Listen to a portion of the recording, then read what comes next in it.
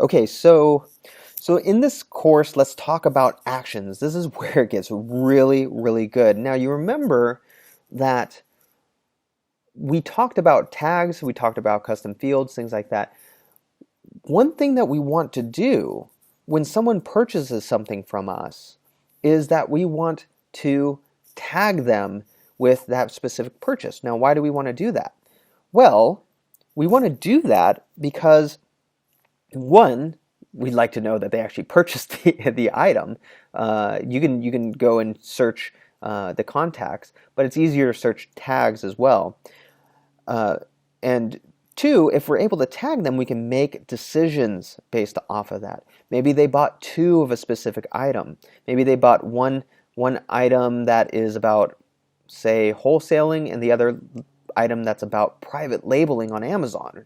Now, people who buy those two courses, generally they have the money to spend on higher priced things. So if they buy those two courses, maybe you upsell them on a do-it-for-you service or something like that.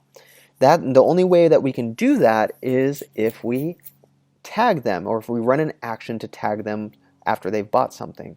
Now, you could run a whole bunch of different actions when someone buys. And you can do it one of two ways. You can go to purchase actions or billing automation. Generally, I go to billing automation. And you click into billing automation under this pull-down menu that says actions. You'll see a number of different things. And here on this pull-down menu, you can see you can choose when to actually do an action. So you can do it when a credit card auto charge attempt is made. You can do it when it's going to expire, a credit card's going to expire, or after a successful purchase on an order form. You can actually also do one where an attempt is made to auto charge and it fails. You can say, hey, you need to go and check, you have to go and update your credit card or something like that. But let's just focus on when something is purchased. Right now I have an action that says, hey, when anything is purchased, I want you to run these different actions. And this is a little bit more advanced, but it's grabbing what the buying cycles were, how long since the last one that they bought. It's grabbing total number of orders and what the product was that they just purchased. But when I actually go to, say, something like this wholesale Intel crash course, when this is purchased, if I go to this action, and maybe this is just your $19.99 how to build a blog type ebook or something like that. What they're doing when they actually purchase, they are getting it tagged with wholesale Intel crash course. So the criteria, it says right here, it can be any purchase, specific product purchase, or product in a specific category purchase. Right now I have specific product purchase, and it's set to wholesale Intel crash course. So anyone who buys that product will get tagged with wholesale Intel crash course. This is the tag and I usually, with my products, I always do this, and I don't put any spaces in there. For some reason, I just do that for my tags. So now you might be thinking, well, that's cool, okay.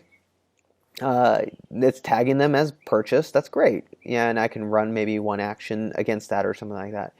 Well, if you were to see my campaigns, it is doing things like taking them out of a specific sequence, putting them in another sequence. It's checking to see how many products they bought. It's checking to see what their total sales were. It's checking all these different things based off of one tag being added. And a decision is made later when they get to a campaign that has to do with, say, say promoting the wholesale Intel crash course. If they get to that specific sequence, it's going to say, hey, this guy already has this, let's go to the next course. Let's sell them on the next thing. So you can see how powerful this actually can be just by adding one tag. So say they bought your $19.99 ebook. They bought your $19.99 ebook. The next thing that can happen is that you you send them a survey. It could be a survey, and then they answer the survey in a specific way.